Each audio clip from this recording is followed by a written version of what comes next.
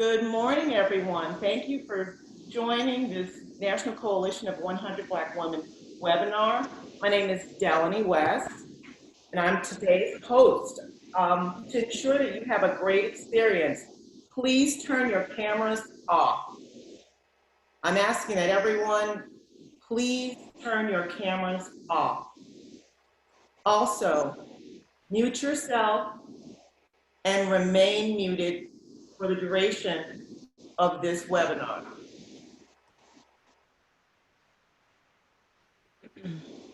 You will also want to become familiar with your windows. You can select Gallery or Presenter View. Find your chat window and use your chat window for questions during the question and answer period. The question and answer period will be at the end of the webinar. I'd like to introduce Elizabeth Jones, President of the Greater Cleveland Chapter and third National Vice President of the National Coalition of 100 Black Women. Thank you, Delaney, and good morning. Welcome to the National Coalition of 100 Black Women Incorporated Greater Cleveland Chapter Financial Preparedness Seminar. I hope that everyone is staying safe, practicing social distancing, sheltering at home, and listening to the medical doctors, scientists, and CDC for medical advice.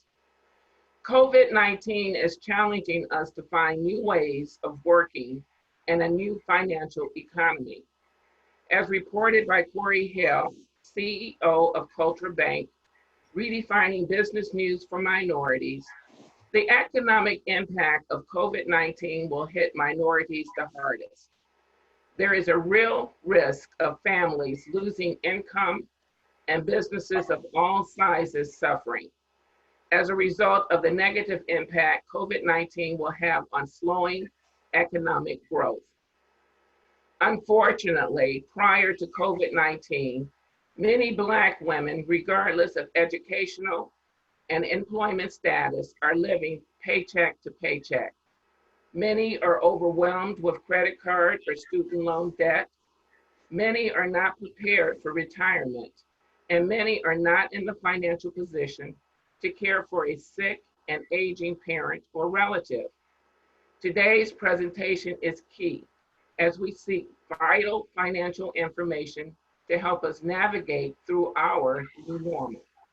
I wish to thank the Greater Cleveland Economic Empowerment Committee and our partners, Financial Investment Group, FIG, for today's virtual seminar. Strategies to manage your finances during uncertain times. I will now turn the presentation over to Ms. Lillian Sherrod for the introduction of our presenters this morning. Ms. Sherrod has been a member of the Greater Cleveland Chapter for 10 years. She currently serves as parliamentarian. She chairs the bylaws and chapter operation committees and is a member of the Economic Empowerment Committee. But before I end, I would like to give a special thank you to Ms. Delaney West, chair of our Economic Empowerment Committee for today's seminar. This year, she will celebrate 3 years as a member. She is technology chair, member of the National Technology Committee, and public relations chair. Again, good morning to all, and thank you for joining today's seminar. Ms. Sherrod. Thank you, Ms. Jones. I just want to thank you for that great introduction, and thank you everyone who's on the line this morning. We are excited to have our presenters this morning, the Financial Investment Group, also known as FIG. Their motto is build wealth, break curses. So we all know that that's very important, especially in our community. We will hear from Mr. Wayne McPherson, who is the Vice President of Sales and Marketing, along with his partners, Jimmie Gray and Nicole Simon. Can you come to the line, FIG Investments?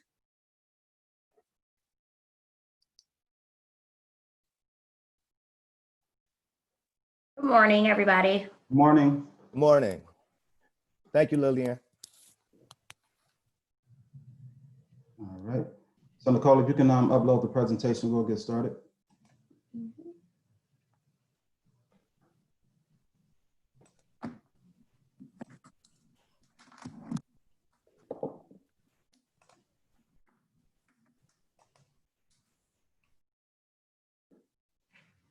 Okay, can everybody see? Not yet.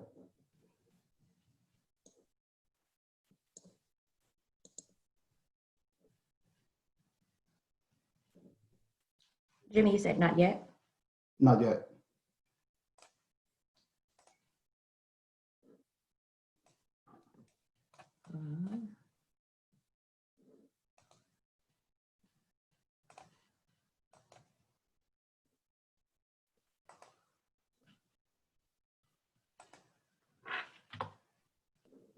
There we go, Nicole. All right. All right, so welcome everyone. This is our team. Myself, Jimmie Gray, the president. We have Wayne McPherson, vice president of marketing. We have Nicole Simon, vice president of finance. We have Brett McDonald, vice president of operations. Next slide. So just a little bit about Financial Investment Group. We are a diverse team with a lot of experience in a lot of different areas, from finance, human relations, real estate, business operation. So what we like to do today is walk you through a journey of how you can use your stimulus check. We're going to talk about different rules and methods that can be applied throughout this seminar to really give you a better understanding of what you can do with your finances in this critical time. Each one of us will take a different section and kind of walk us through this journey. And I want you to take notes. I want you to make sure you're documenting what we're saying today, because this will be a lot of value added information for you guys. I want to make sure that you leave here with things that you can apply today. And if you have questions and answers, as stated before, you can put those in the chat and we will address those questions at the end of the seminar. Financial Investment Group, we really focus on a lot of different things, but the core is really around financial education, making sure that we're balanced in everything that we do. We also provide financial literacy trainings and workshops and seminars. We also provide one-on-one coaching and team coaching.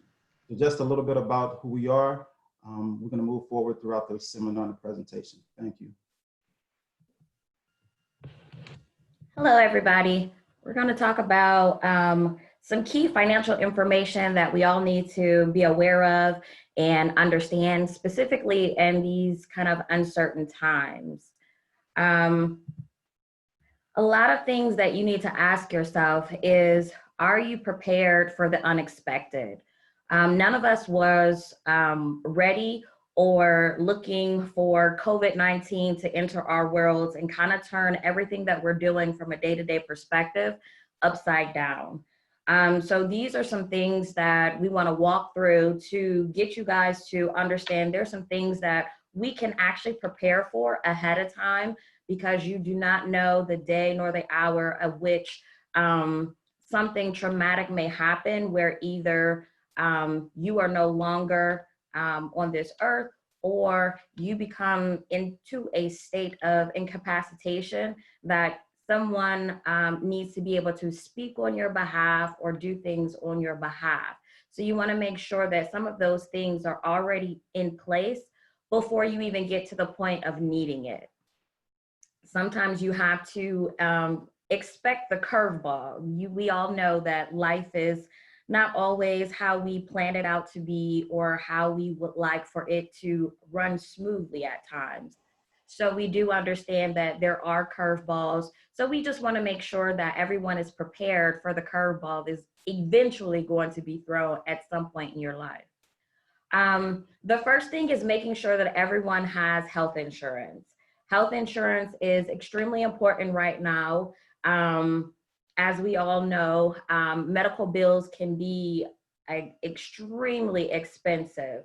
And if we don't prepare for those kind of things, one trip to the emergency room could literally take you down from a financial standpoint. So we want to make sure that you have your health insurance in place. A lot of people use their health insurance that their job offers. You have the marketplace for the Affordable Care Act. There's Medicaid. There's a lot of different places that you can go to and look into health insurance. A lot of companies right now, a lot of health insurance companies are covering COVID. And if you currently have health insurance, feel free to go to their websites and look up, you can look up on their websites the differences in your copays versus your deductibles, things like that, for COVID. So if you or a loved one, whoever is covered under that health insurance, you can look to see what your benefits are. You can reach out to them. A lot of them have the chat services so that you can just type online, or you can give them a call to find out what is going to be best for you. The second piece is life insurance. Life insurance, whether it be a term life insurance or a whole life insurance, this is another one that you really want to make sure that you have. If you have children, if you have a spouse, if you have anyone that you take care of, in those times, if you were to, pass away, you want to make sure that some of the burdens of getting things taken care of financially has already been taken care of. We want to see people move away from, if someone passes away, you have the GoFundMe pages and things like that. If you already take care of your life insurance policies, you will not have to worry about any of that. If something was to happen, all you would need to do is call the insurance company, place a claim, and they will move things along. Automobile insurance is just one of those things that in life you should have. If someone were to hit your car or you were to accidentally hit someone else, you want to make sure that you're covered. These are items that allow for you to manage your finances in such a way of, like I said, one of those curveballs happen in life. You don't go outside anticipating a car accident. However, if you are in one, you want to make sure that you're covered and anybody that is in the accident is covered under your insurance. From a home and renters insurance perspective, it's mandatory that you have home insurance when you have an open mortgage. If you have properties that do not have an open mortgage, then you want to make sure that you have insurance. If something was to happen, let's say tornado comes through, damages the home, you want to make sure you're able to tap into those resources and be able to get that house repaired or even reconstructed from the ground up. Renters insurance is literally for those who are renting and someone breaks into the home and they steal your items. You can go back to your insurance company. You should have a record of everything that you have, and then they will normally cut you a check in order to replace those items that have been taken or damaged. So those are two things that are really important to have. Another thing that is important to have is a power of attorney. Now, there's two different power of attorneys. You have a medical power of attorney and you have a general power of attorney. A medical power of attorney authorizes someone to speak on your behalf if you become incapacitated.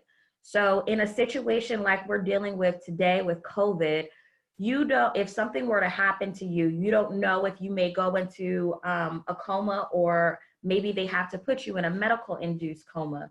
So in those situations, you need to have somebody that is able to speak on your behalf to be able to make certain decisions for you. A general power of attorney authorizes someone to work on your behalf as it relates to legal and financial matters. So in those particular situations, you want to make sure that you have somebody, if your home, the mortgage still needs to be paid, or you need to pay a doctor, or you need to pay something for a child or someone that you are taking care of. You want to make sure that you have someone listed as your power of attorney to be able to make those decisions for you. Now, for the power of attorney, you will have to speak with a lawyer.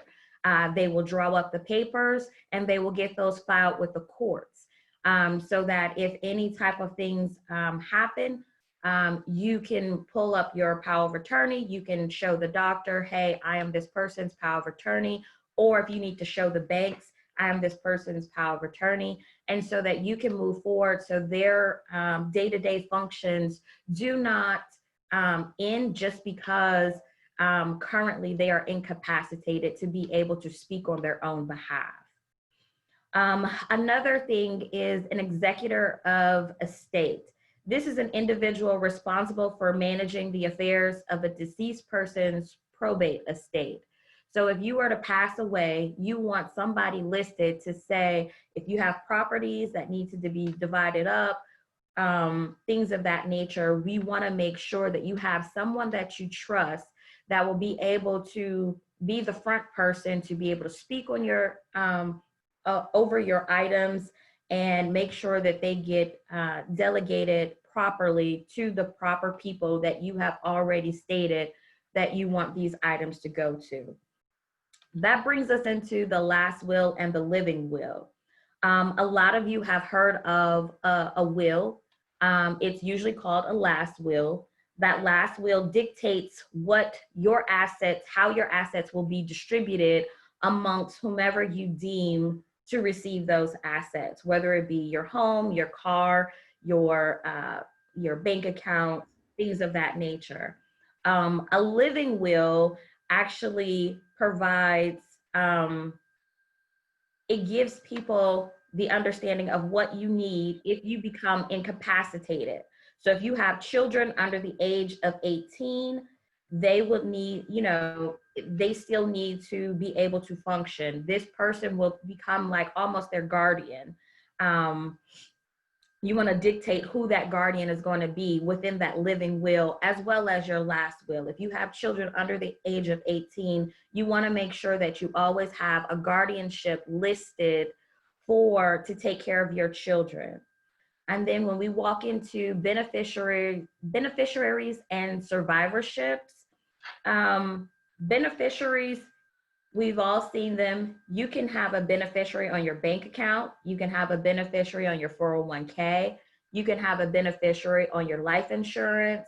On any of your insurances that you have, you can list out your beneficiaries. Survivorship is a little different.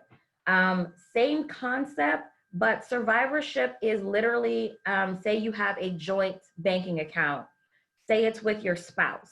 If you have a joint bank account with your spouse, if something was to happen to one of you, the other person, if they're listed as a survivorship, a survivor on the account, that account naturally rolls over to them as a sole owner instead of a joint ownership of the account. Also, when we're thinking about creating beneficiaries, I know a lot of times we like to put our children as our beneficiaries. If the children are not over the age of 18, please, please, please put an adult over the age of 18 on your beneficiaries or listed as a survivor.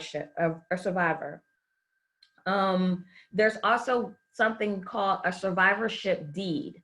If you own a home currently and you are the sole person that is on that deed, what you want to do is reach out. You can reach out to your mortgage company, and you may have to reach out to a lawyer to create a survivorship deed. So in the event, if anything was to happen to you, you would be able to pass that home or that piece of property over to whomever you deem responsible to take on that.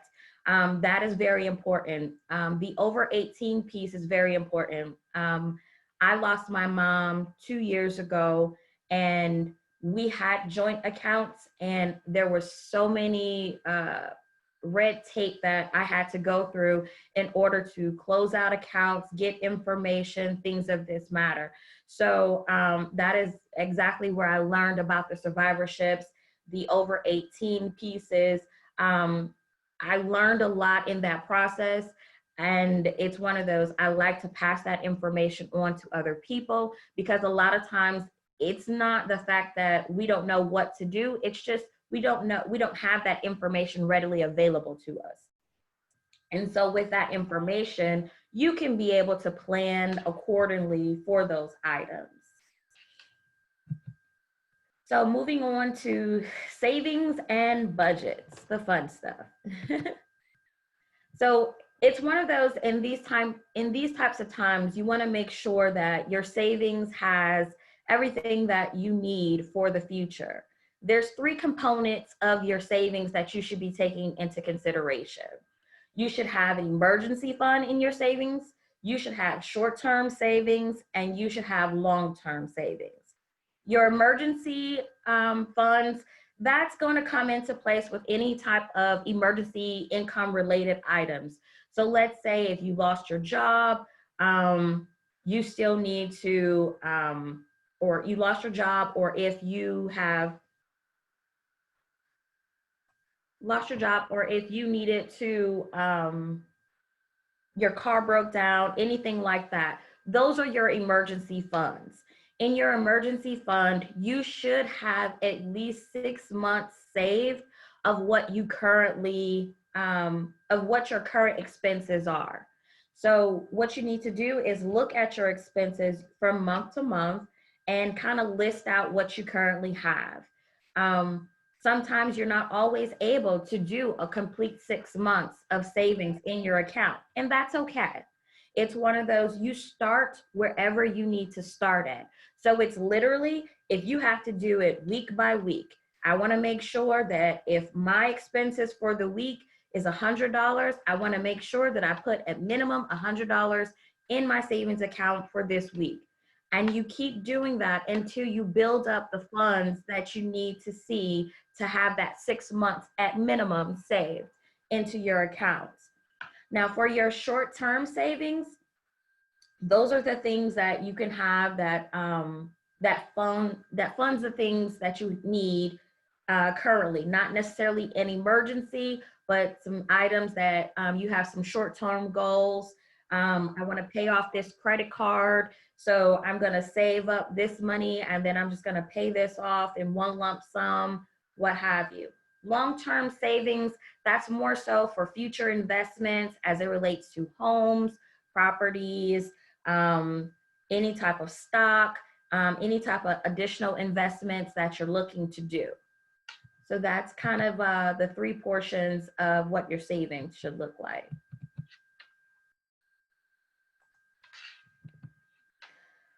When you're looking at your savings, you can also do a quick ratio to see how well you're doing as it relates to your savings. You can take your expenses and divide it over your net income. Your net income is literally the income that you're bringing in every single month. So you take the sum total of both of those, divide them, and the lower your ratio, the better you are in relation to your savings. So that's a quick, easy, helpful tool that you guys can utilize today. Now, when it comes to thinking about what your emergency funds should be used for, this is a nice and easy layout to say, for emergency funds, what you should use it on is insurance deductibles, critical home and vehicle repairs, family emergencies, medical emergencies. What you should not be using your emergency funds on are expenses that you can actually plan for, any type of vacations or holidays, those impulse splurges, no shopping sprees on this, any type of future investments, home renovations, any good deals, or just because you're short on bills. These are not reasons for using your emergency funds. You want to literally use your emergency funds for those reasons, emergencies. Specifically, when it comes to your deductibles, if you have a critical home or vehicle, and your family emergencies, as well as medical emergencies. These type of things, understanding what to use your savings for and what not to use your savings for, will help you in the long term when these curveballs of life choose to hit us kind of randomly. So, understanding the components of a budget. We all hear the word budget. Some people like it, some people do not like it. But a budget is quintessential for your financial success. Every company, every business has a budget. So if the companies and the corporations of the world can have budgets, we should have budgets as well. When you think about a budget, think about the main components of them. It's one of them, it's your income. That's the most important part of your budget. Understanding what you are bringing into your household. You want to make sure that whatever your take-home pay, whether it's from a salary, hourly, tips, any other compensation that you're receiving, you want to make sure that you understand what you're bringing in. In your savings account, ideally, you want to put at least 10% of your total income into your savings. You want to list out your expenses. Now, you're going to have two different kinds of expenses. You're going to have fixed expenses, as well as you're going to have variable expenses. With the fixed expenses, these are going to be your monthly bills that you have each and every month. Those bills will include rent or a mortgage, your car note, your car insurance, anything that you know over time, those amounts don't change, they don't fluctuate. It's the same amount every single month. Now, on your variable expenses, those are going to be anything, including all your utilities, because your utilities are based on usage. Any type of extracurricular activities, whether it's going out to the movies, whether it is going out to dinner, all of those things are variable expenses because they fluctuate in the amount of money that is spent at that given point in time. So, and then your bottom line is literally what is left over. So what is left over, you can actually budget that out to state, for the items that is left over, I want to use this as additional play money to do whatever it is that you want to do. I want to set this aside to go back into my emergency fund. I want to take this and I want to buy some stock or buy property or whatever that is.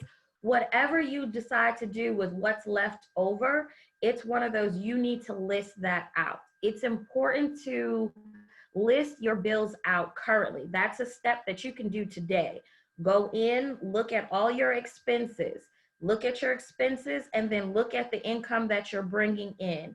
If you look at your income that you're bringing in and your expenses is higher than the income that you're bringing in, you need to do a couple of things.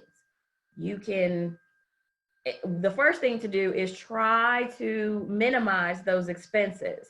So if you're spending too much and going out to eat, it's time to cook at home.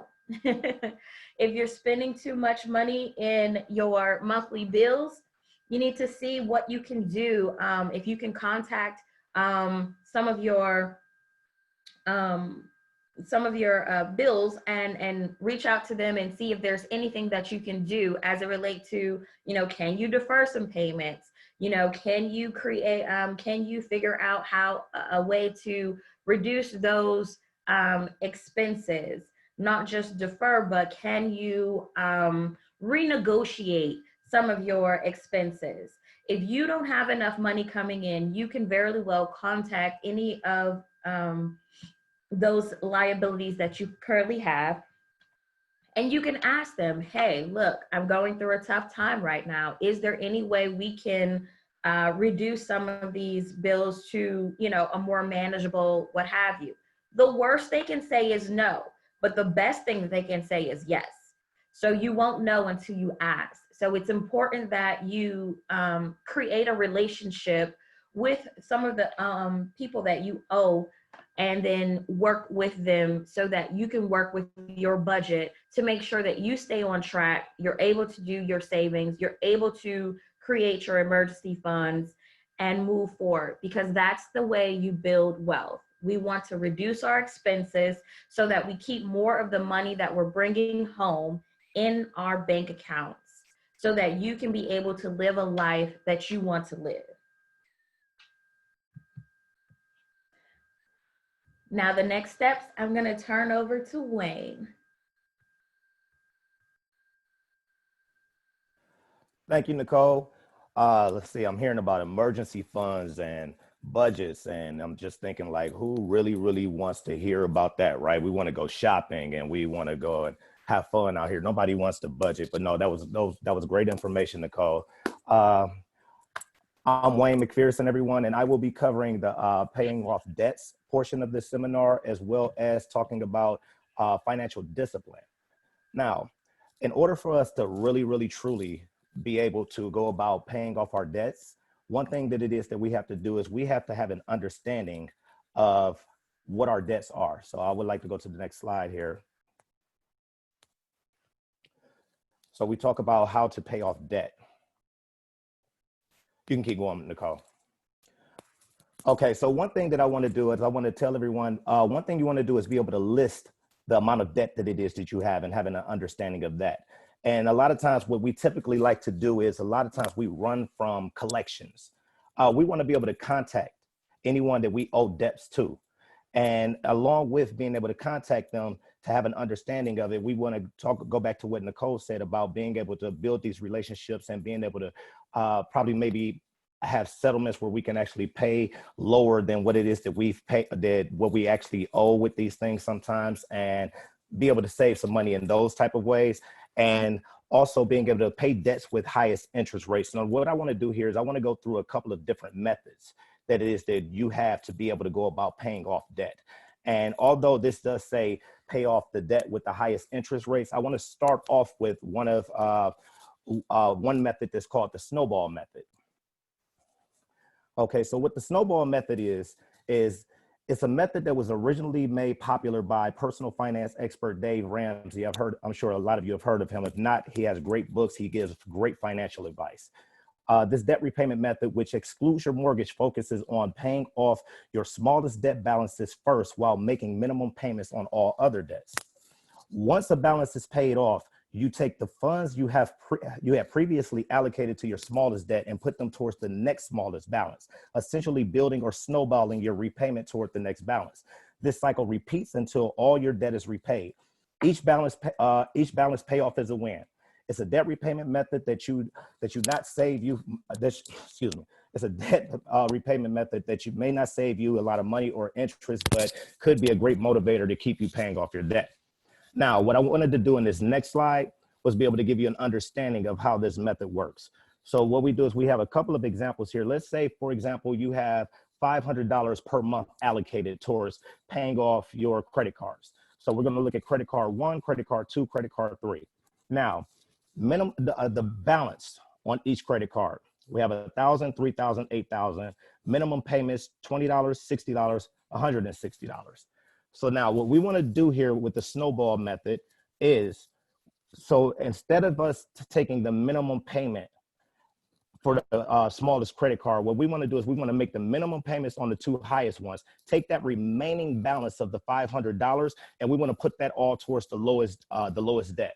So what happens is that once we've paid off, as you can see, $280 of that $280, once we've paid off that $1,000 balance, we're going to take that $280. You want to add it to what it is, to that minimum payment that you were already paying with the $3,000 credit card, which now you've went from $60 a month for the minimum payment to paying $340 per month until that credit card has been paid off.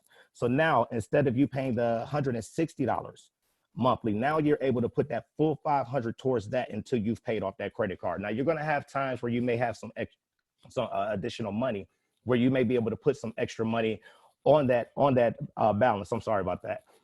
You're going to be able to put extra money on that. And if you're in a position where you really want to truly clear up your debt, I would say any additional money that you would like to be able to add to that you can to be able to pay things off faster, that is an excellent idea. So another method that I want to speak about, which is what we originally talked about paying the one with the highest interest rate first, is what's known as the Avalanche method. Now, the debt avalanche method involves making minimum payments on all debt, then using any remaining money to pay off the debt with the highest interest rate. The debt snowball method involves paying off the smallest debts first to get them out of the way before moving on to bigger ones. Now, what the avalanche method, pretty much just like the snowball method, but somewhat in reverse. Let me something here. Somewhat in reverse, because instead of you paying on the lowest one, we can go to the next slide. instead of paying on them with the smallest debt, what we're doing is we're getting the highest percentage.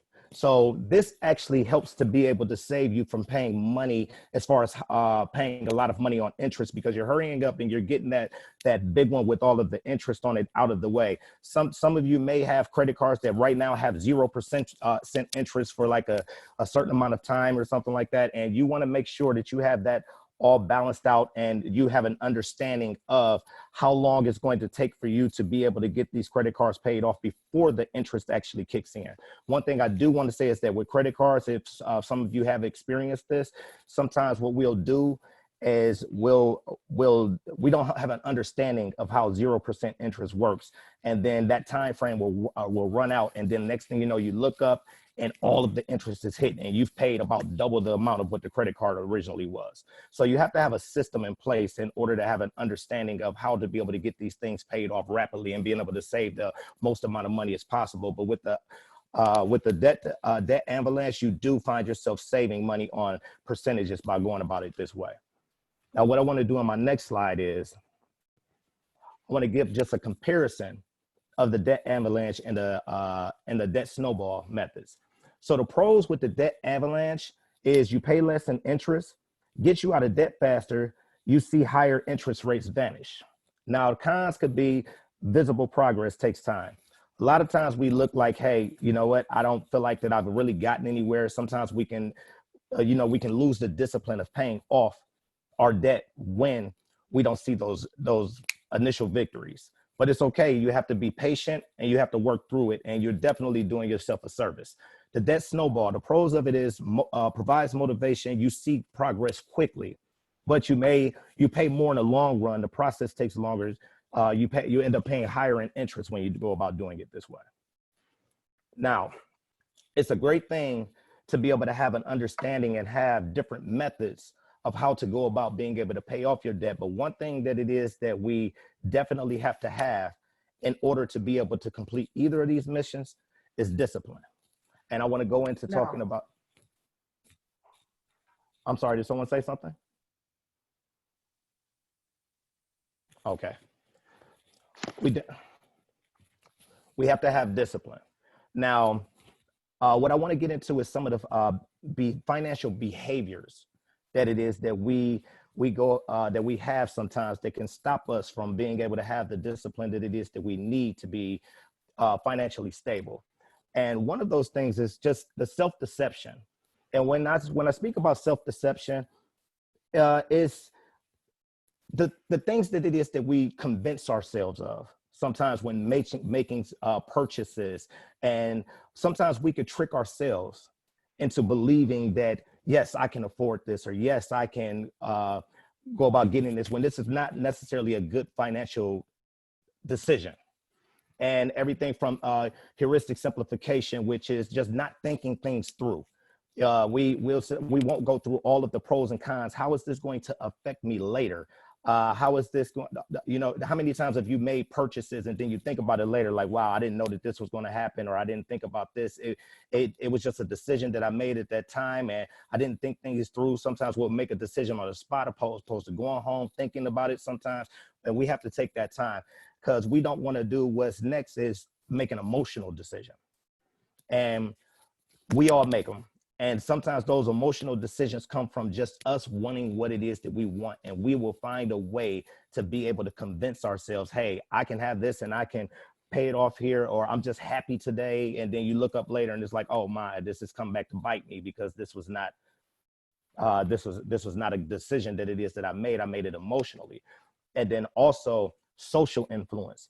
Sometimes we find ourselves being so concerned about what other people want us to have, or what other people want us to do, or we want to take trips when right now we can't afford to be able to take those trips. Right now, that money that it is that we should have paid on that trip, we could have went ahead and paid a credit card off and got ourselves out of debt. And, we want to make decisions. We want to be able to purchase houses. We want to be able to have lower interest rates, but we're continuing to just run our credit up. And we're wondering why we're just coming out of pocket a lot of money for expenses that we shouldn't have to, because we're not maintaining the financial discipline that it is that we need to have in order to be able to be prepared for these things. Now, I want to go to my next slide here. In order for us to be able to maintain these methods and to be able to have better financial behaviors, we have to mold positive financial behaviors. And the way to go about doing that is, like, for example, there's been the government has been giving a lot of people stimulus checks, and sometimes people are getting their tax returns. We have extra money and we're not necessarily doing the type of things that it is that we're supposed to be doing with this money. And with that being said, I would like to segue into our next channel, which is going to be stimulus check management. And I'm going to turn things over to our president, Mr. Jimmie Gray. All right, thank you, Wayne, for covering those topics. So we're going to shift gears a little bit with my conversation. With this conversation, I want you to think. So a lot of what I talk about is going to be asking questions, and I want you to think about these questions and how it's impacting your financial habits. So Nicole and Wayne provided some great practical tools and guidance on how we can transform our financial situation. So what I'm going to discuss is more of the soft skills around how you can apply these to your practical applications. I'm gonna dive in things such as communication, talk about leadership, talk about decision-making. How do you be flexible and adaptable? How do you go through this process of what we call change management? And how do you really be responsible? So I want you to think critically about your current financial habits and what can we do differently moving forward. So we're kind of shifting gears a little bit. I want you to think about this and think about it critically. So also within my segment, I'm going to talk about how do you manage the stimulus money. I'm also going to provide a few resources, local resources that can help you in different areas. Then we're going to conclude with some questions and answers. But if you take away anything from my segment, I want you to think before you act. I'm going to repeat that. I want you to think before you act. Next slide, Nicole. So let's get into this. So let's identify your financial behavior. So what we're looking at right now is 4 financial behaviors that most people fall into. It could be money avoidance, money worship, money status, and money vigilance. So I want you to think about which bucket or category you fall in when it comes to your financial behaviors. So let's talk about money avoidance. What this is, it can lead to spending all the money you have as soon as you get it. So as soon as you get your money, you spend it. That's money avoidance. Money worship, it can lead to dwelling on money so much that your relationships suffer. So your main focus with this is about money. So you're worshiping the money that you have. Everything starts to suffer. The next one is money status. This can lead to overspending and heavy debt loads. So you want to make sure, as Nicole and Wayne was talking about, debt. We want to get out of debt. We want to not overspend. And then the final one is money vigilance. This can lead to excessive desires to save money. So every time you get money, you want to save it. So I want you to pause and think for a second. Which one of these buckets do I fall into? Is it the first one? Is it around money avoidance? Is it money worship? Is it money status? Or is it money vigilance? I want you to think about that for a second. Because with all of this, and if you're taking notes, I want you to write in your notes that these are behaviors. And every behavior can be controlled or every behavior can be changed if it's not the positive behavior that you're looking for. So I want you to be mindful of this because what we're going to talk through is change. We're going through a lot of change, and how do we apply some of these methods and techniques that Nicole and Wayne talked about to change our current financial behaviors. Next slide, Nicole. So how and where do we learn our personal finance habits? So look at this list that we have here. It's a lot of different people, from your parents, your peers, your associates, you got professionals, you got your friends. So what we're looking at here is the sources that shape our financial habits and our knowledge. So I want you to think about who had the biggest influence on your financial knowledge or your habits. And I also want you to think, were they positive or were they negative? So for me, I had various people in my life that influenced my financial knowledge and my habits. So when I was younger, the impact on me was my mom and my sister. You know, growing up, I always wanted to be like my sister and how she managed money. My sister, she always had a plan. She always had an emergency savings fund. She always was thinking about retirement, and she had investments. I always wanted to be like that. Then later in life, I started gaining additional knowledge from the MBA program that I went through, from my employer. And now, based on my network, I have a lot of financial professionals in my network that provide a lot of professional guidance. So the first step with this is kind of knowing where your financial roots came from. So once you got a better understanding of your knowledge and where your habits came from, then you can take actions. So if your habits are not really adding any value in your life right now, this is a great opportunity to make adjustments. So I want you to kind of look through this. Who shaped your knowledge and your habits of finances? Were they positive? Were they negative? And this is a great opportunity as we're going through this situation and this change right now to really think, this is a great time to make adjustments in our current habits. Next slide, Nicole. So before we dive into what we can do with our stimulus check, I want us to examine where we're spending our money today. So I want you to think about this in terms of your current budget.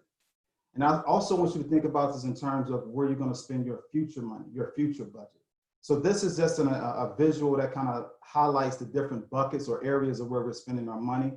So I want you to think about this in terms of, your future. We always want to plan for the future, but let's think about this systematically. Where's our future income coming from? Is it coming from work? Is it coming from Social Security? Is it coming from a pension, our IRA? Is it coming from a 401k? We have different areas of where our sources of income come from. Also, I want you to start planning to save money. So, and Nicole talked about this earlier, you want to have at least 10% of your income set aside for your savings. It can be short-term or long-term, but you want to put at least 10% to the side. You also want to estimate your future expenses. So what do I need to spend? What do I need to spend my money on? What are my future expenses that's coming up?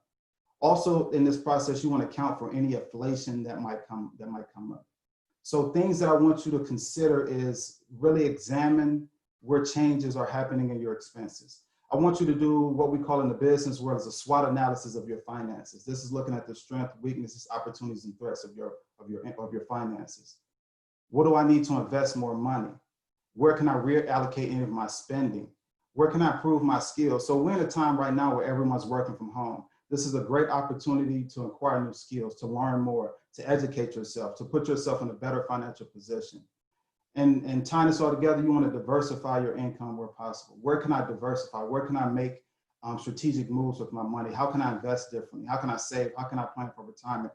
So you want to keep all these things in mind when you're talking about your future budget, because that's going to be critical as we move forward. So next slide, Nicole. So let's dive into what we can do with our stimulus check. So I want you to know that everyone here on the call might be in a different financial situation, and that's okay. So some of these things might apply, some of them might not apply, but I want you to think through what I'm saying here in the next few slides, and we're gonna walk through this. So here are some different avenues of where you can use your stimulus check. Before you even use or spend the stimulus check, I want you to formulate a strategy. So the first thing I want you to do is think, formulate that strategy. Before you spend any money, plan, strategize. Then from there, I want you to document all of your needs and obligations. So what do I need to spend my money on? Or I don't want you to think about wants, I want you to think about needs. So I want you to document all of your needs or your obligations. Once you formulate that plan or that strategy, the next thing I want you to do is make a budget. Nicole did an excellent job of walking us through making a budget, but I want you to think about your budget. So I'm not going to go into a lot of details about budget, but the best thing is to have a budget and navigate where you're going to spend your money. So having that budget will help you execute the stimulus check that you're receiving. The next thing I want you to think about is pay your essentials and your necessities. So what's important? We all need to eat, so we need to buy food for our homes. What within our house that we need to take care of? So you want to look at your housing expenses. You want to look at your transportation expenses. You want to look at your utilities. So these are some of the basic things that you need to take care of with your stimulus check. Also, if you're in a different financial situation and you receive the stimulus check, you can be looking at things like making sure your mortgage is up to date or your rent is up to date and paid. You want to make sure you're staying current on any of your utilities that you might occur. You want to make minimum payments on any of your credit card balances or pay off any other debt that you might have. And as Nicole talked about earlier, you want to pay on your insurance. That could be your auto insurance or it can be your life insurance premiums. So you want to make sure that you're focusing on what's important now. What are the essentials or what's necessary now? Food, housing, transportation, utility. Then from there, you want to start that emergency fund. If you do not have an emergency fund, this is a great opportunity to start an emergency fund. So if you don't have any debt, or if your debt is manageable, and if you don't have any cash emergency funds, you want to put aside a little bit of the stimulus check into an emergency savings fund. This is a great way to use that money. If you don't have to take care of any of those other necessities, this is a great way to put that money into use. Another opportunity that you can use this stimulus check for is to pay down some debt. So right now, there are a lot of lenders and credit card companies offering relief and forbearance to borrowers. So if you're in a position right now, you don't need the stimulus check for any of the items I listed before, start paying down some debt. It's a great opportunity. If it aligns with your strategies and your goals, use this money to pay down debt. Also, if you're already in a financially stable situation, if you have an emergency fund of 6 months of expenses, if you have your debts, if you have a secure job, and maybe you don't need to use the stimulus check for anything else, maybe it's an opportunity to use that stimulus check to make investments. So you can invest in a ton of different things. You can invest in traditional or Roth IRAs. You can save the money for retirement. You can put, just to highlight a traditional Roth IRA, this is a tax deferred system, or the Roth IRA is money that grows tax free. You can put this money into a savings account. You can save, you can put it into a 529 plan. You can start savings for your schooling or your kids' schooling. You can also set up a mutual fund. You can use this money for and invest in bonds. So it's different avenues that you can use the stimulus check for in the short term. And if everything is good, if you're financially secure, if you have a stable job, if all your debts are paid, all your bills are paid, if you have your retirement savings are already underway, you can devote some of this money to a charitable giving and you can donate. So this is another avenue of where you can use this money. You can donate this money because right now there are a lot of charities in the U.S. That's looking for financial help or support right now. So you can use this money to donate.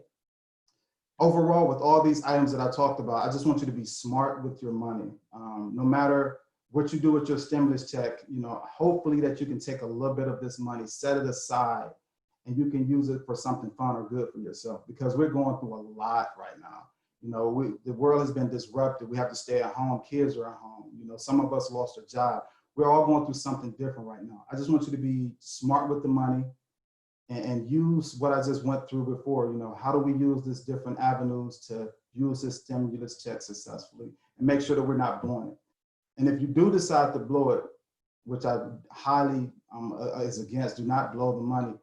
Be smart, but if you can, take a little bit out and have some fun with it. We do a lot for ourselves, but use this money to plan and have a good time also. Next slide, Nicole. So we're still in the mind of thinking. So I want you to continue thinking about everything we're going through. So right now we're going through a lot of change and disruption due to this COVID-19 pandemic. So what we're looking at here is a model, and this model is looking at motivation and performance against time. And it's broken down into 3 categories: ending, transition, and new beginning. For many of us, the first reaction to change is panic. And this is our emotional state of shock. So I want you to kind of think through where you at in this journey of emotions. The next emotional state or action is denial, and this is followed by depression. And then what we hit is acceptance. And then once we get through this period, things become clear and change, and we know that this change is real. This COVID-19 is a real situation that we're going through.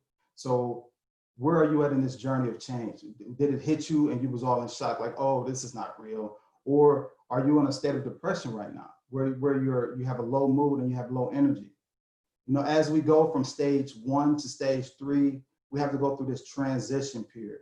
And I want you to really think about this transition period as we're going through this, because at some point, people are going to start engaging in this new situation. And as we're going through this transition, this is what we call the experimental phase. Then we get to a point where we have to make some decisions. So we get to a decision point and this is where we're starting to accept the reality. We're starting to engage in the new situation. And lastly, we get to a point where we're fully engaged. And this is all uphill from here. So looking at this model, where are you at in this journey? Are you still in stage 1? Are you in the transition stage? Are you in the new beginning? Because this is going to affect everyone differently. So in each phase of this transition, we want to make sure that it's clarity, we're being empathetic, we have some motivation, capabilities, and knowledge. All of these aspects or engagement alternatives will be applied as we're going from stage 1, stage 2 to stage 3. So also with this, still thinking in terms of thinking before we act. So we have a lot of different people on this call right now. We might have some leaders, we might have some managers, we might have some business owners, we might have a husband, we might have a wife, we might have students. Whatever lens you're looking at and viewing this COVID-19 situation through, I want you to overall be sensitive to people's emotions. This can be your family, this can be your friends, this can be your coworkers, this can be your kids. I want you to be honest, I want you to be authentic, I want you to be accessible and transparent where possible. And overall, I want you to make sure you're communicating. And I want you to make sure you're communicating at all levels. Your communication might be different in a work environment versus talking to your kids. Be open and transparent and communicate what's happening, because everyone is being impacted in some type of way. So overall, we're going through these emotions. Be transparent, communicate. Communication is key to get us through this. You know, coworkers are experiencing things, your kids are experiencing things, your family members, everyone is experiencing something. Just communicate, be authentic, be accessible, and be transparent. All right, next slide, Nicole. So now what we're gonna do, we're gonna shift gears a little bit. I'm gonna walk through a few different resources that's available locally that we can use to help us get through this pandemic. We got resources in terms of health and wellness. We got resources in terms of education, financial education. We got a ton of resources that I'm going to walk through them, and I'll give you a little background about these resources and how they can help us get through the challenging times that we're going through. Next slide. The first before we dive into, these are some books that I highly recommend. The first book is Dave Ramsey, Total Money Makeover. In this book, it really focuses on eliminating debt, building wealth, and it uses a 7-step process to get you there. I really highly recommend this book. The next one, the book that I recommend is Robert Kiyosaki, Rich Dad, Poor Dad. This book is all about the thoughts and how he used money and investment and how he was influenced by his rich dad and his poor dad. So it's really focused on money and investing, but looking at it through 2 different lenses. How did my rich dad view this versus how did my poor dad view this? The next book that I highly recommend is James Cramer, Real Money. This book provides guidance on how to invest successfully and be disciplined about your approach to investing. And the next book I have on my list is George Clason, The Rich Man in Babylon. So with this book, it reveals secrets for creating, growing, and persevering wealth. This book is just a collection of stories about people's struggle and how they overcame those struggles. And it talks about the money problems that most Americans face. And we're kind of going through this today. We're having a lot of money challenges. If you're feeling trapped by your debt, if you're living paycheck to paycheck, or if you have no savings at all, this is a great resource that'll walk you through different stories of how people overcame these challenges. And the final book is Benjamin Graham, The Intelligent Investor. This book provides, a lot of guided investing on value investing, and it focuses on intrinsic values in companies that you invest in. So a lot of us want to invest our money. A lot of us, got these aspirations to do more with our money. It all starts with having a basic understanding of investing. Make sure you understand the business, understand the company before you dive into those investments. So we're here to really focus and talk about investing, but this here is one of the best resources to start with as a new investor.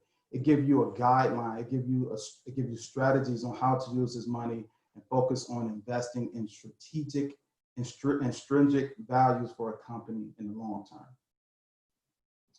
So now I'm gonna take a portion of this time and walk through local resources that we can use that's available to us currently. So I'm gonna start with the United Way. So if you need help in any way, if you need to just put a plan together, if you need an advocate, if you're facing any crisis, and we're all facing a crisis, you can call United's Way 211 number. It's a 24-hour number and it's confidential, and it provides resources no matter what the area. If you need support, or you need guidance, or you need help with food, or with any type of programs, with sheltering, with housing, if you're having an emergency, if you need anything related to veteran services, healthcare, vaccinations, if you're getting out of jail, if you're re-entering into the world, they have programs for that. The United Way is a great resource, no matter what you're going through. All you have to do is call 211, and they're a 24-hour service, and it's confidential, and they can help you in any area that you need. The next company we have on the list is Envision You. So a lot of us don't really like to talk about counseling, but this is a great resource when it comes to counseling. This is Envision You is a counseling consulting company, and they offer a lot of individual and family counseling. They offer workshops and seminars, and they're here to meet your needs. So if you need someone to talk to, please reach out to Envision You. This is a great resource. The next resource we have on the list is U-Haul. So if you're a college student and you were impacted by the coronavirus, U-Haul is offering free storage for all college students. So if you're transitioning from your college dorm, your college housing, and you need to go back home and you just don't have the spacing in your parents' house or a friend house that you're staying with, go to U-Haul. They will give you free storage. All you have to do is show your ID. You can get free storage until the schools open back up. The next one on the list is the SBA program. They're offering low interest federal disaster loans for working capital to small businesses. So if you were impacted by this COVID-19, this is a resource that they're willing to give you a low interest loan to help you get your business jump started. This is all a forgivable loan and grants to small businesses and nonprofits, but your organization have to be less than 500 employees to apply for this SBA program. The next item on the list is the Greater Ohio Policy Center, and I really recommend everyone go check this site out.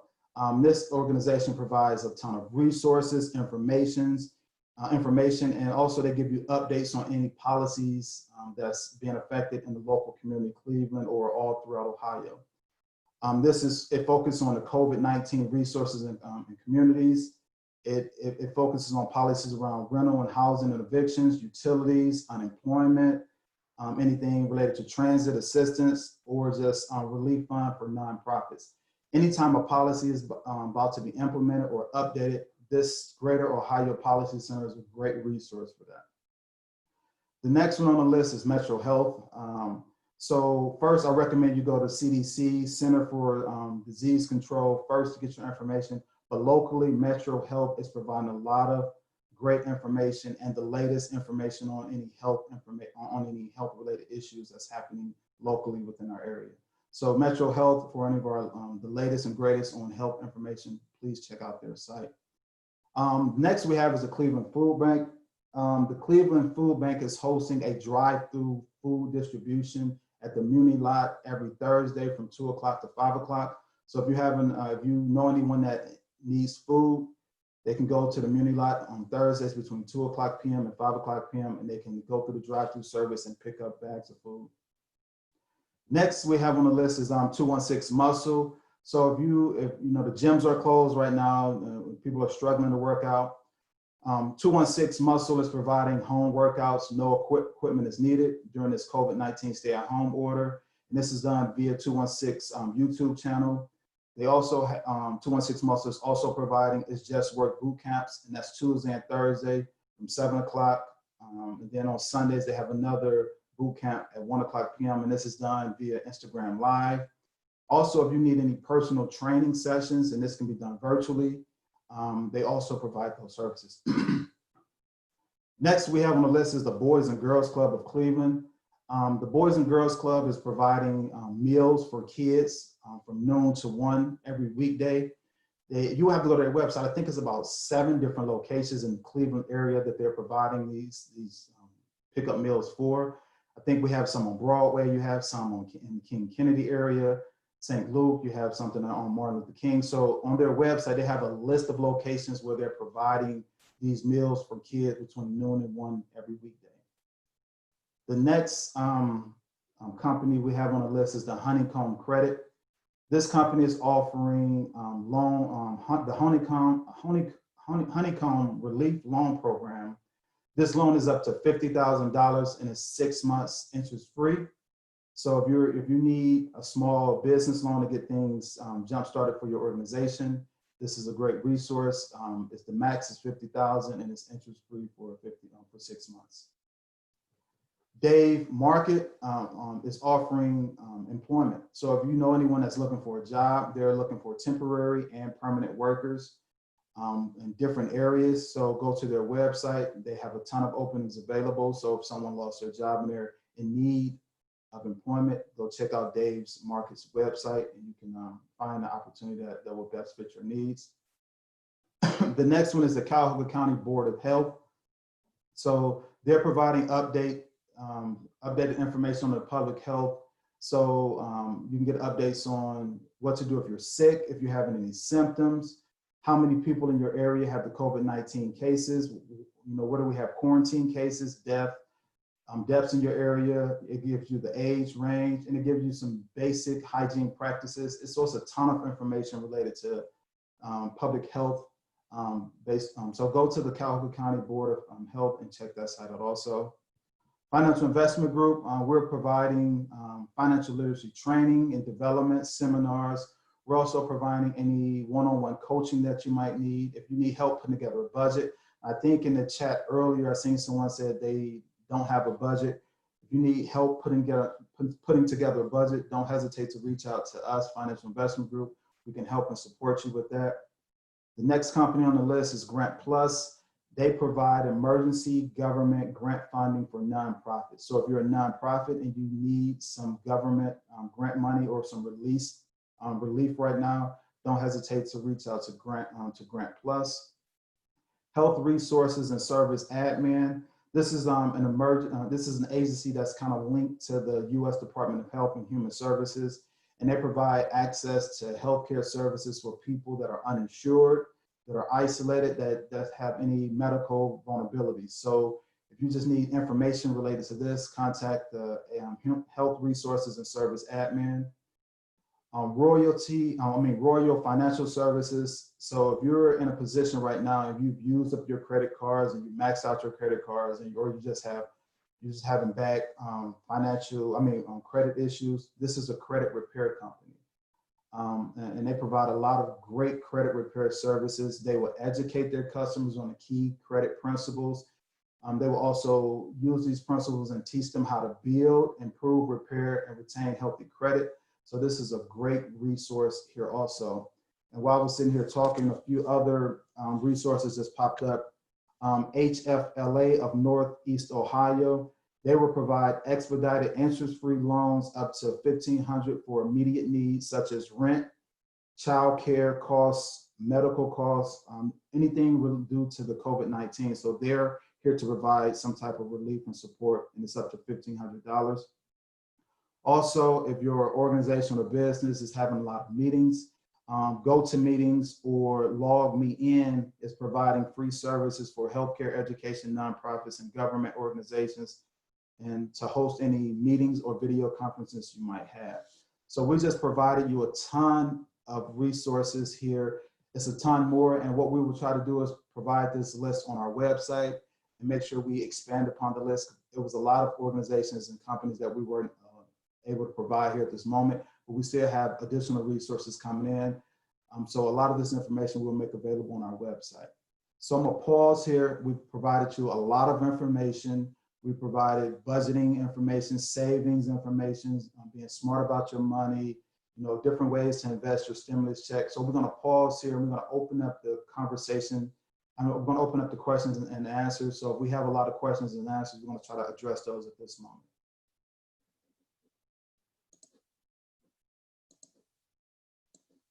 So if you want to ask your questions in the chat, please do so.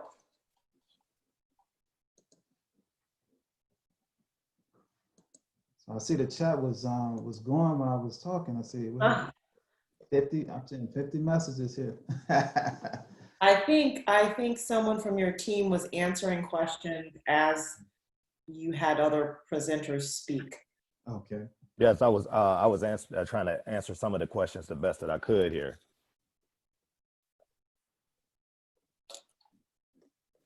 Any more questions from the chat?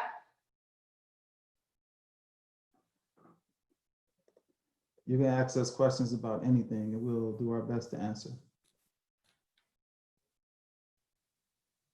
I think you guys did a great job covering what was shared in the chat. I want to also add some information here. As far as being able to pay off your debts, also, it'd be a great idea to be able to pull your credit reports as well. They have different ways of being able to pull your credit report for free. Like some banks will allow you to be able to pull your credit report once a year for free, as well as myannualcreditreport.com. And I believe you can pull them from the bureaus once a year for free as well. So being able to pull your credit report and having an understanding of what you have there to be able to start attacking some of the debt that it is that you may have accrued would be a great idea as well. Great. Well, if we have no other questions, I would like to invite Lillian Sherrod. Oh, we've got a question from Sonia Irby. Can you all see that? Yes. Okay. I cannot. Okay, so her question is it a good idea to consider refinancing for a lower interest rate and shorter term? Jimmie or Nicole, did you want to answer this one? Yeah, I'll go with this. So if your interest rate is significantly better, this will be a great opportunity to refinance. But if your interest rate is the same, I wouldn't recommend it. But it also depends on what you're refinancing. Are you refinancing your home? Are you refinancing your car? So it just kind of depends. But I would say yes, if the interest rate is better in the short term, it's a good idea to refinance. But if you really want to go through the model of this, before you do any refinancing, I would take a stab at understanding your current financial picture. You know, where are you at in terms of your debt? Where are you in terms of getting your emergency funds in place and all of these things? So it's more of a conversation to kind of walk you through that journey to understand what's your current financial position. But yes, it is a great idea to invest if the interest rate is better. Especially considering what the interest rate is going to be, and depending on what type of loan that you currently have, because it looks like she said that it would be refinancing for a home. So if you're like on a first-time home, you've got a FHA loan or something like that. If I'm not mistaken, you have to have a PMI with that, and in order to be able to get rid of that, you have to switch over to a conventional loan. So sometimes not only just the lower interest rate, but depending on what type of loan that you currently have can also help in being able to save some money as well. Also, to tie to that, if you're refinancing your home, something to consider if you're in a 30-year mortgage, to save money on your long term, you can also go to a 15-year mortgage at that better interest rate, and you can also save money that way.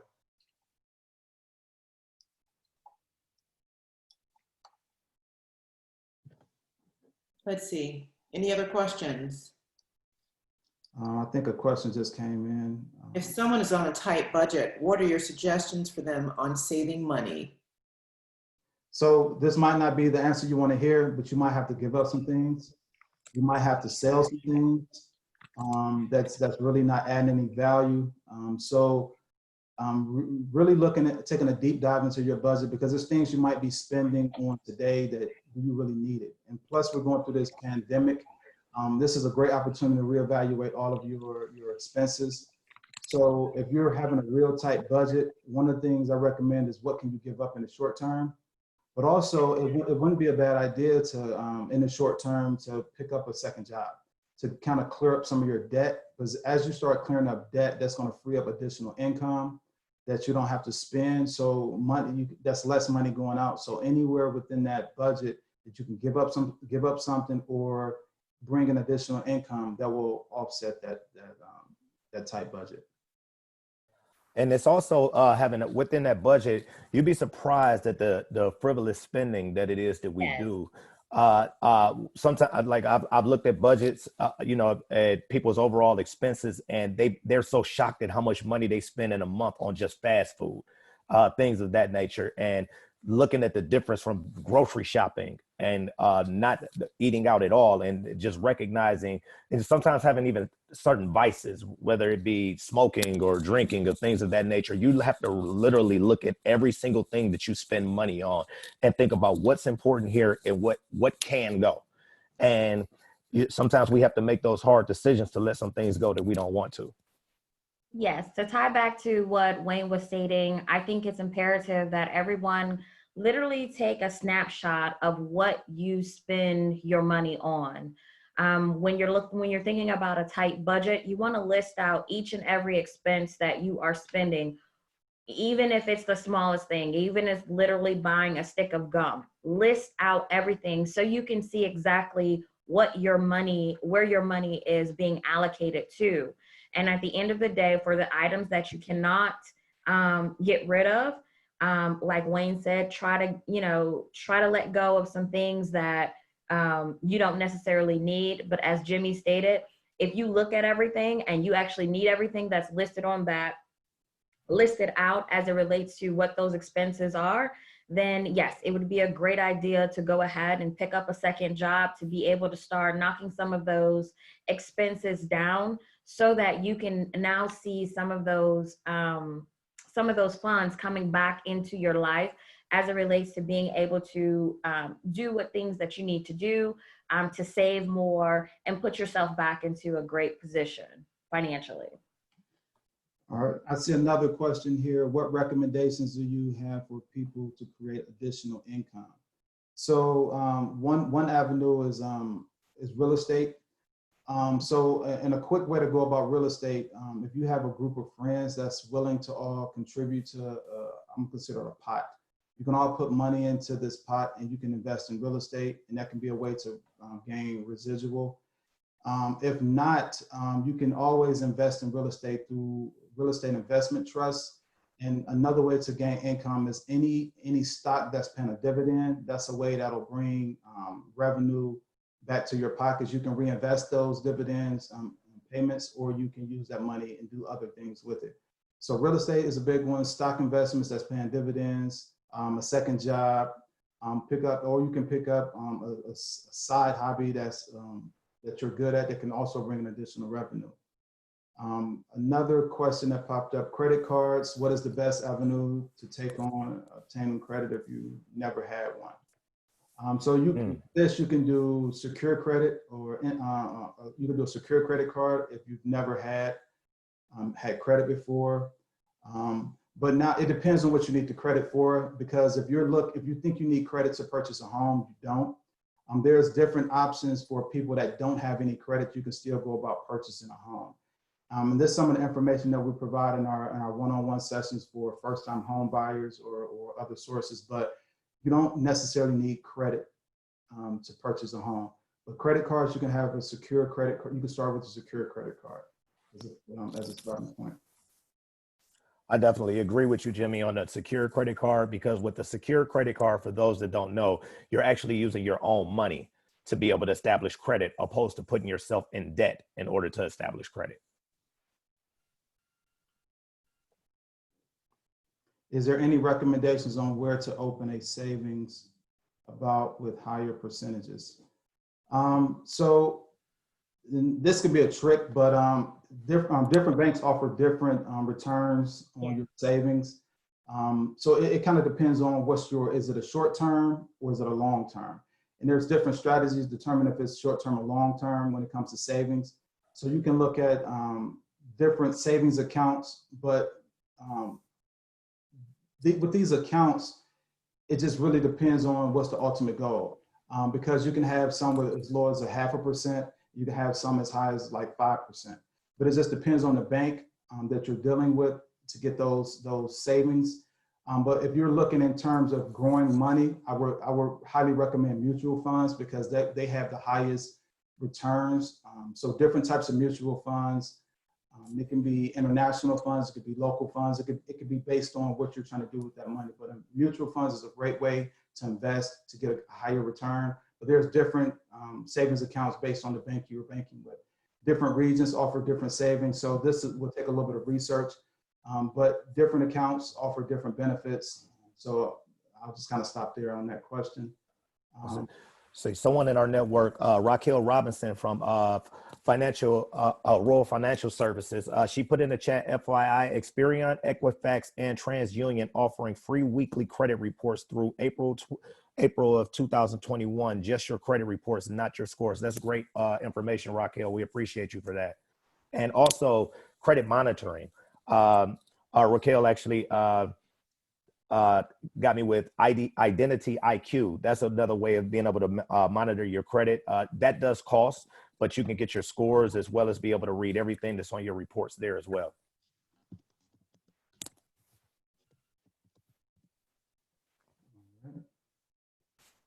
What other questions do you guys have for us?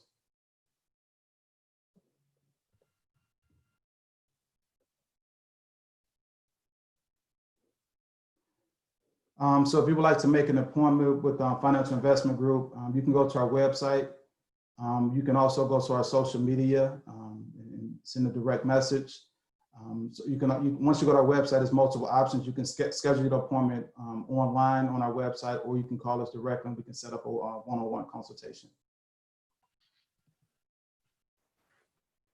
Each one of our services has a time frame of the consultation that it is that we'll go through with you to have an understanding of what your needs are. And then once having an understanding of what those needs are, we move forward to help you in any type of way that it is that we see fit.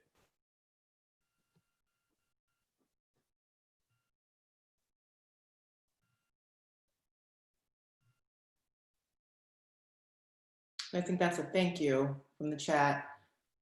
Do we have any other questions? Please drop them in the chat box.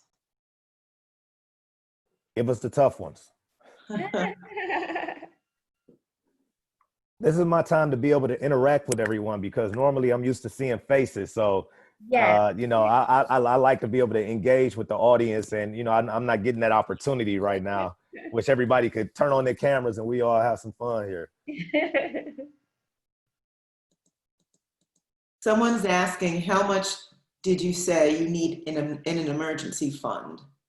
You should have 6 months. You should have 6 months in your emergency fund, 6 months of your current monthly expenses for that. But like I was stating earlier, if 6 months, sometimes you're not able to put 6 months aside quickly. So it's one of those, if you could take it week by week or month by month to build up that savings account, that would be great. But 6 months is your rule of thumb. Yeah, and in addition to that, like I would make a short-term goal, at least $1,000 for your emergency fund, like at minimal. So that should be your first initial goal, especially while you're in the process of paying off debt, and then definitely want to grow to that point of getting to at least 6 months worth of income saved up. So six months of income saved. No, six months of your current expenses. Yes, excuse me, right.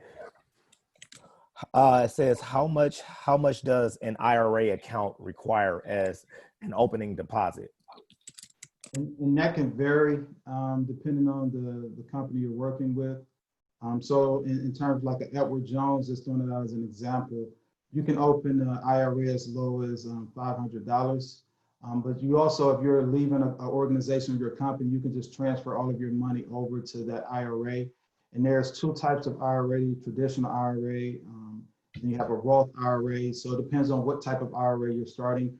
Roth IRAs require a larger startup, so they can be anywhere from 1,000 to 10,000, depending on the institution you're working with. So it just kind of depends. So I would say do a little bit of research before you and transfer your money over to IRA. Is it a traditional? Is it a Roth? Do you want to be taxed now? You want to be taxed later? It kind of depends on your situation and how you want your money managed. But you can start as low as 500. And there's some accounts, depending on if you go through an online account like a Computer Shares or Capital One Invest, you can start as low as $50.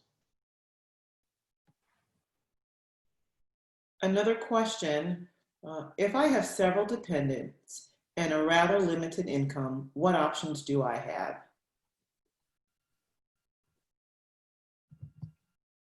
As it relates to saving or budgeting or? Could we get a little bit more information on that question?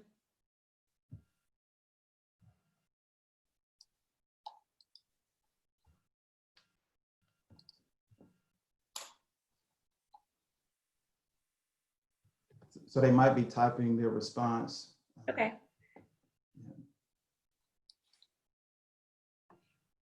Managing day-to-day expenses, don't have enough to save. Okay, so this is kind of what Jimmie was talking about. When we're at a situation like that, it's probably the quickest way to get yourself out of a financial situation would probably be to pick up a second job if it is possible. I understand, like, when you have dependents, depending upon ages, you may, from a time perspective, you may not have the time to be able to go out and get a second job. However, specifically like now, in these times, there's second jobs that you can pick up where you can do things from your home. So you can do like a call center environment from your home. That way you don't have to leave your children.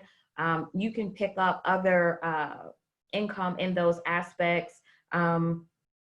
Prior to us going on a lockdown, Uber, Lyft, those kind of things, they still have some items like Instacart as it relates to right now. There's grocery stores that are going around there shopping for you. And then as an Instacart delivery person, you're going into the store, picking up the groceries, and then you're delivering it to a home. That's another way for you to be able to gain some additional income very quickly. And like I said, there's other people where you can do some surveys or call center environment, basic data entry. Those kind of things will allow for you to be able to manage your time with these second jobs in order for you to increase the income that's coming into your household so you can feel a little bit more financially comfortable. In addition to what Nicole said, and just Jimmie as well, earlier in the chat, I talked about being able to just do an overall, just analyzing everything that it is that you have coming in and what's going out. And it really comes down to making those tough decisions sometimes, possibly having to downsize. Like if you're in a home that's probably a little bit more expensive, probably looking at being able to go into cheaper homes, and just your overall expenses and letting some things go in addition to the things that Nicole spoke about as well.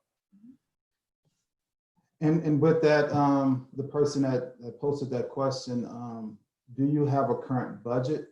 Because I found out through conversations that a lot of people don't have a budget. So they're just spending and spending and spending without really understanding where their money is going.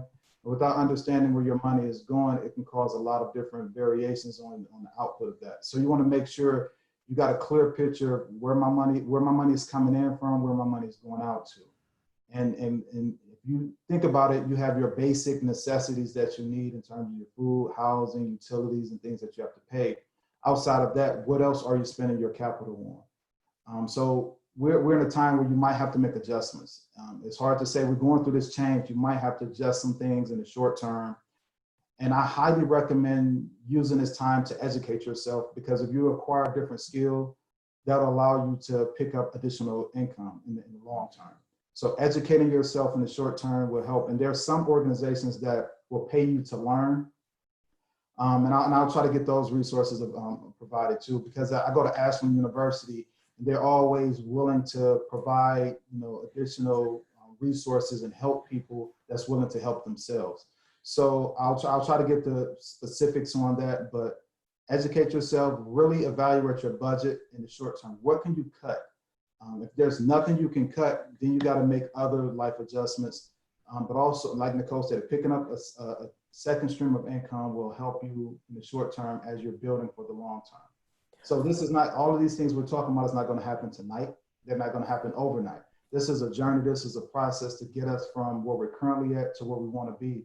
So we got to make adjustments. We got to do things a little differently, because like I stated, change is important. change is uncomfortable for a lot of people because we're used to doing something the same way all the time. So when we can step outside of ourselves and really evaluate this change journey that we're going through, we have to make sure we're communicating why the change is important and what's the benefit of the change. If we're not willing to make changes, we're going to continue to get the same outputs we are today. In one of my training courses, we talk about the impact of non-value addeds and variations in our life. And just using a quick example, you know, if you go to your favorite fast food restaurant, and you go there on Monday and you're waiting in line 10 minutes. You go there on Tuesday, you're waiting in line 30 minutes. You go on Wednesday, you're waiting in line 1 minute.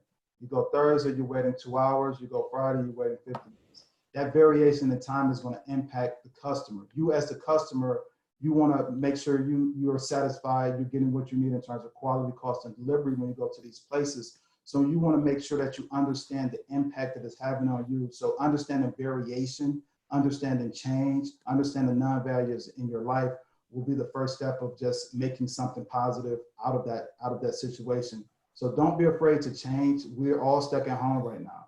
Use this time wisely, learn something, educate yourself, see where you can pick up a second stream of income. You have to do something different if you want a different outcome.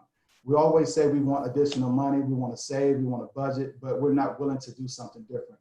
It has to happen today. You have to change. You have to look at your situation differently. You have to educate. All of these things is a journey. And this is day one of that journey because you're learning information that is practical that you can apply. Just take this information, you know, set up consultations with us or others, or reach out to some of the resources that was listed. But you have to take that first step and be willing to change your current situation to make things better. And when we sit down, if any of you reach out to us, we're going to sit down and kind of walk through this path with you. We're going to understand your current state. We're going to put a plan together to see this is your future state. And we're going to put together a roadmap, actions, and implementation plan to get you there. But just remember, there's no plan to get you rich tomorrow. So this is a journey, this is the path, and we'll get there. It's just going to take a little time, a little change, a little minimizing variation and non-value addeds in your current situation. Jimmy, I'm interested in the get rich plan tomorrow. That's the plan I want to figure it out. But we had a really good question from Latasha. One of my friends filed for bankruptcy. Do you recommend filing for bankruptcy? What are the pros and cons?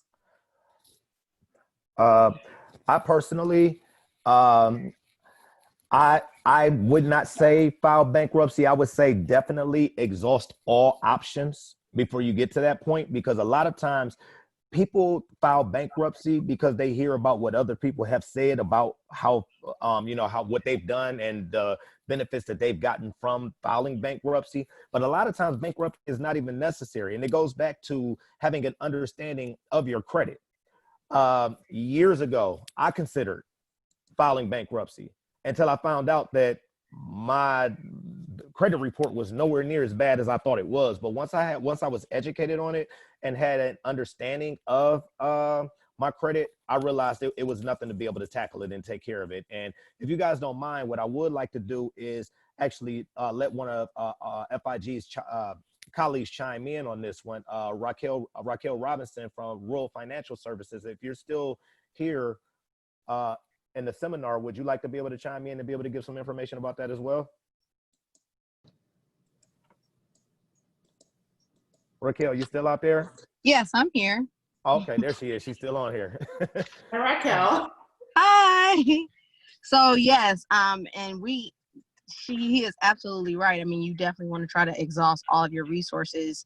You really typically only want to file bankruptcy when you absolutely need relief, meaning you have multiple debt that is literally trying to garnish you, and you just and you have judgments already against you, and those types of instances, you can't afford to make those payments, then that is when you will want to seek out, bankruptcy. But if it's just some debt that, people file bankruptcy on minimal debt when they can, either settle out the debt to get it deleted off their credit report, or just get on a budget, like they said, and clean some of that stuff up where you not filing bankruptcy, because then you are stuck where you can't purchase a home through FHA for 2 years, or certain banks don't want to do business with you because you have a bankruptcy. And then you have to also go through a phase of building your credit up because you did file bankruptcy and it only solves a debt issue. It does not solve a credit issue. And so many people think that, like, oh, I'm going to have a clean slate. You do not get a clean slate when you file bankruptcy.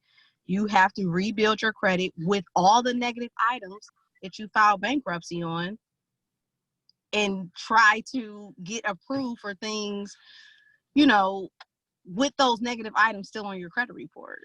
So you definitely want to make sure and speak, not just look at your whole situation, but speak with the bankruptcy attorney, look at your actual budget, see what you can cut, see if you can add an additional stream of income, because so many people just want the easy way out. You got to put in work and fight to, you know, not go, because a Chapter 7 is on your credit for 10 years, can be on your credit for 10 years. And a Chapter 13 is 7 years. And that's the one where you still are making payments. Just, you know, they are divvying it up for you. But definitely outweigh your resources first prior to filing bankruptcy. And bankruptcy is really used to protect assets, not for $5,000 of debt. Right. You know, you got a repo and they coming after you. You need to set aside a budget to resolve that issue. You shouldn't be filing bankruptcy on minimal debt, which a lot of people do. All right, thank you so much for that, Raquel. I appreciate you. I didn't know you were out here driving. I wouldn't have had you chime in on video to help us out there. But I definitely appreciate that. Delaney and the rest of my team, I want to let you guys know we actually have questions from the Facebook Live. Awesome. So I just saw those. So I want to go through a few questions that it is that we have here. One question is, once debt is paid off, how do you invest in mutual funds and or stocks? Jimmie, is that something you want to jump into? Yep. So once you're out of debt and you want to start using that additional capital to invest, first thing is you can do it by yourself if you want, but if you don't have the education and knowledge, we highly recommend working with a financial professional, because what they'll do is they'll walk you through what is your short-term, long-term goals. But there's a ton of companies available. You can actually invest through your bank. So most of us have a bank account. You can actually invest in mutual funds, stocks, all of that right through your bank, or you can set up individual accounts with different organizations. So for me personally, I have about 6 different accounts that I invest through. And I want to be diversified in all my avenues. So I use this diversity because I don't want all my money in one institution. So I use different institutions because they offer me different benefits. And I try to take advantage of all of those different benefits.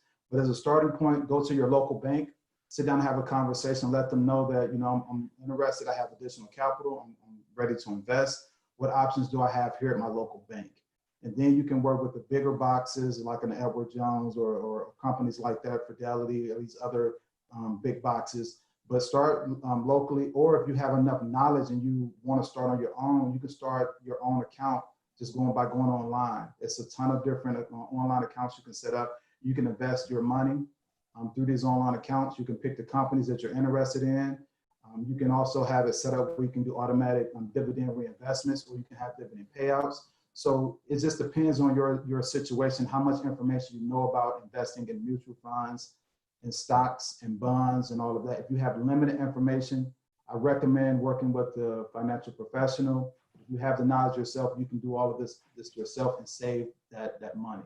You can use that additional money that you would pay a financial professional. You can invest that money. Okay, great information, Jimmie. Another question from the same person. We actually know this guy, James Hill. Another question he had was, what companies and or platforms do we recommend? I'm assuming that this one is connected to his original question about the mutual funds, or like being able to invest in mutual funds. So there's not one company that I recommend. I don't want to just go down this path and say go with this specific company. Because all the companies that I deal with, they all offer something different. So it's really what I'm looking for. So I have those 6 different organizations I work with, but they offer me something different, and I take advantage of all those offerings. So it goes back to what is your goal that you're trying to achieve, and then I can provide you with the right resources that will support that goal. But I don't want to just throw a name out there without understanding the whole picture, because I want to have you going down a path and then you have to come back and say, well, this is not what I was looking for. So I need to get a better understanding of what's your current situation, what you're looking to do in the short term, long term. Then I can provide the right guidance and information to you. Okay, yeah, I think that was because he just came in and just said he was talking about investing, and I think that all still ties to the same thing as far as, you know, the type what company you would want to go with. And another question we have here, okay, where do you find the best dividend stocks? So, Jimmie, unless you want to give a little bit of information, like one thing that I try to stay careful of doing is recommending like what stocks and things of that nature, because I would never want to put myself in a position to be liable for if a stock went bad, because that's definitely one of those things that's it's a risk no matter what. So there's a lot of research that goes into choosing what particular stocks that it is that you're going to get. And, you know, as far as you can have something that pays a great dividend, but it just may not be the right stock to invest in at that particular moment. So there's so many moving pieces and variables that come into selecting a stock, unless you're like a day trader or something like that, and you're really watching it constantly and you really, really know about it. But Jimmie definitely has some more expertise in stocks as well. What would you like to say on this topic? I'm not going to say a specific stock, but what I'm going to say is, what are you interested in? Because I always say invest in something you're interested in. So if you're interested in shoes, it's companies out there you can invest in that make shoes that will pay you in dividend. If you're interested in TVs, computers, if you're interested in real estate, it's companies that you can invest in based on your interests. And that's why I started by saying, don't invest in something you don't know about. If you don't know about this company, don't invest in it. So do your homework first. Make sure you understand the company you're investing in, because this is your money and you don't want to lose your money. You want to make sure you're getting the right return on your money, because in a lot of cases, we set up these investments because we're looking at it in terms of a retirement payout, because you can get that money in terms of retirement. So there are a ton of companies that have dividend, that pays dividends. So for FIG, we have what we call is like a 20-point strategy of analyzing a company. We look at a lot of stuff. And I don't even want to go through the details of what we do. We analyze because we can make sure we're making the right decision. And dividends is one of the things that we do look at. And most companies now are offering dividends as a way to keep you with that company, because they're going to pay you to stay with them. That's pretty much what a dividend is. As long as you're investing in our company, we're going to cut the check. We're going to pay you some of that money back based on our profits. So look at all your companies that you might be interested in, and you can just go to Yahoo Finance quickly, pull up the company, and it'll give you a quick overview of the organization, and it'll give you some of their key statistics and measures, and just see if they have a dividend. And there's some numbers on the dividend that tell you if it's paid out quarterly, monthly, annually, and it'll tell you a percentage of the payout based on their profit performance. So just if you have a list of companies, just go check those companies out and just kind of look at their financial state right now and see if they have a dividend payout. But I don't want to recommend a specific company, but I'm just saying if you're interested in anything, start there. Start with your interests first before you dive into just making unwise investments. All right. That person actually had another question, but I want to go back to the group chat for a second and address another question here. Thoughts on Acorns for beginners? So that's the Acorn app. Nicole, did you want to speak on this one? Sure. As it relates to Acorn, I think that it's a good starting point. Once again, it's also one of those, go ahead and do your research. I think with the Acorn app, it takes it rounds up your change, and it takes your change and it moves it to different stock that they will invest in. Well, what you want to understand is for most stock, you want to look at your initial stock price.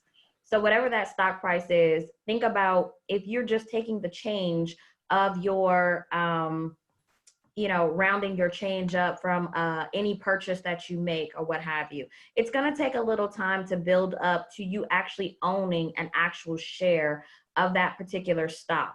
So you kind of want to look at the stocks that they have available as it relates to the app. And like Jimmie stated before, you want to do your research. You want to kind of look into what can be invested, those businesses. Start with a business that you are familiar with.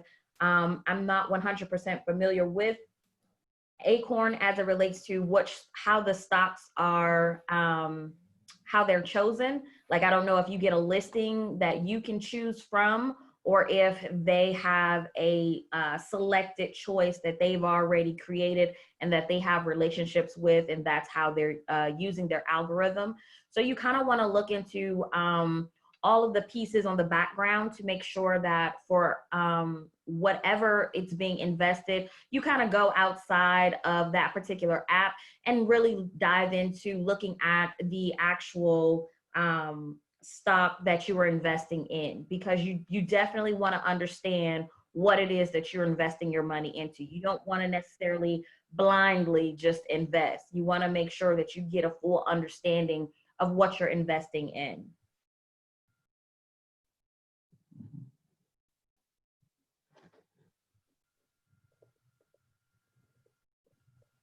Thanks, Nicole. Appreciate that. So I'll have one more question here on the Facebook Live.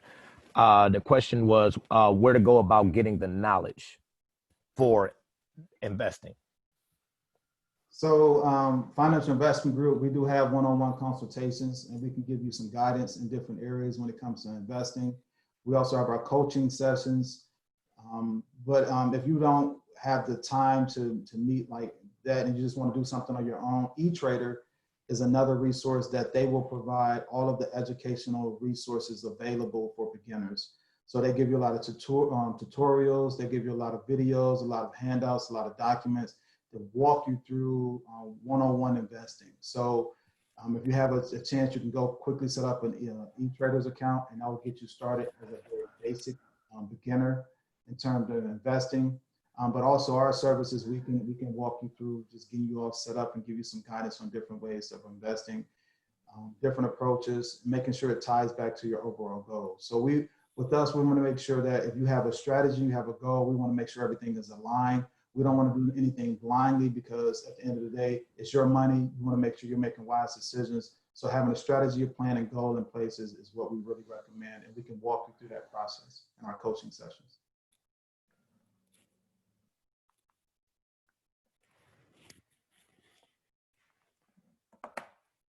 Do we have any other questions from anyone in the Zoom chat?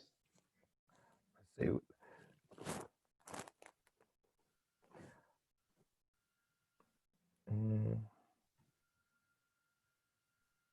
I think all of them have been answered. I think we're there. Awesome. Okay, this is wonderful. Does this conclude the Q&A? I believe so, yes. It concludes it unless there's any last second questions out there. Well, we want to have National Coalition of 100 Black Women member Lillian Sherrod to join us for the closing. Lillian? Yes, I just want to say this is just amazing, the information that has been shared with everyone this morning. I'm excited, ready to implement some of these disciplines right now, as far as saving, budgeting, wills, what to do with your stimulus check, investing, and much, much more. The COVID-19 resources. It's all just great information, very relevant. And I can't say enough about how much I enjoyed this, and I know our participants are as well. We want to just give a very, very big thanks to FIG for Mr. Wayne McPherson, Mr. Jimmie Gray, and Ms. Nicole Simon for putting together this excellent presentation. We also want to thank all of the guests that are in attendance. And if you want to dive deeper or you're looking for a replay of this particular event, please go to www.figinvest.org, or you can see us again through the National Coalition of 100 Black Women, Inc. Greater Cleveland Chapter Facebook page. You can also visit that page often for other event information. So I just want to inform everyone just to be healthy, stay safe until we see each other again. Thanks again, everyone. Thank you, Lillian. Thank you. Thank you so much for having us.